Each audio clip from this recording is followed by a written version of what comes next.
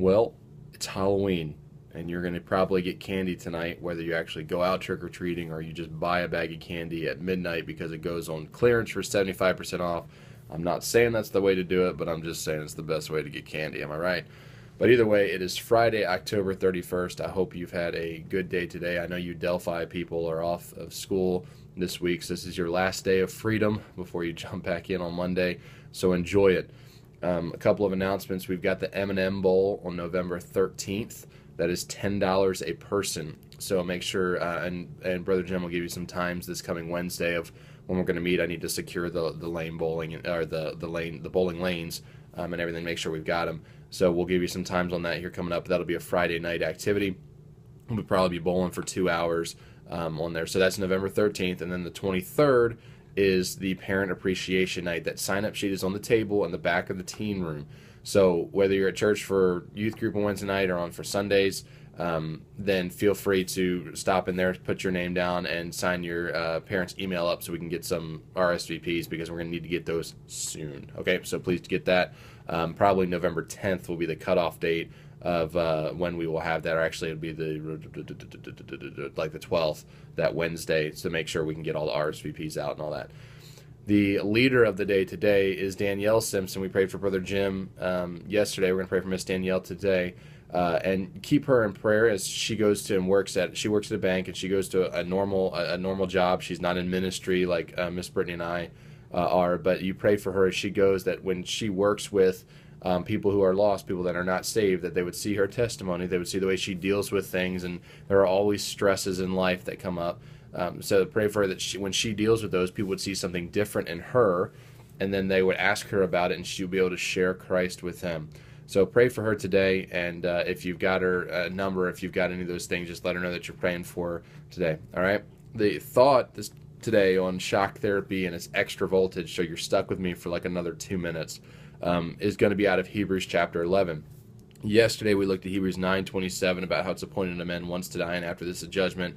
And are you laying up treasures on earth, or are you laying up treasures in heaven? But today I want to read just 2 verses, and if I had to title this video, it'd be too long, but it would be Moses supposes his toes are roses, but Moses supposes erroneously. For Moses, he knows his toes aren't roses, as Moses supposes his toes to be. Just kidding, that's a tongue twister. But the person we're going to talk about today is Moses in Hebrews chapter 11. And you got to understand who Moses was. Moses was one that was put in the basket, sent down the river because he should have been killed if he was a Jewish firstborn son. And so he was put in the basket, sent down the river. Pharaoh's daughter picks him up and says, "Wow, hey, a baby, just floating in a basket, sweet." And then so she takes him. The mom gets asked to actually nurse the baby all the way up, and so his mom actually gets to raise him. It's a long story, and it's a fantastic story, but we don't have time to tell it.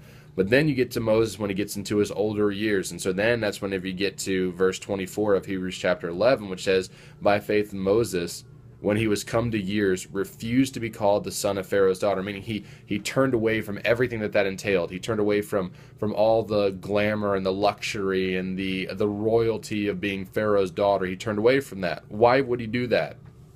Verse 25, choosing rather, so instead of that, he chose something else, to suffer affliction with the people of God, than to enjoy the pleasures of sin for a season.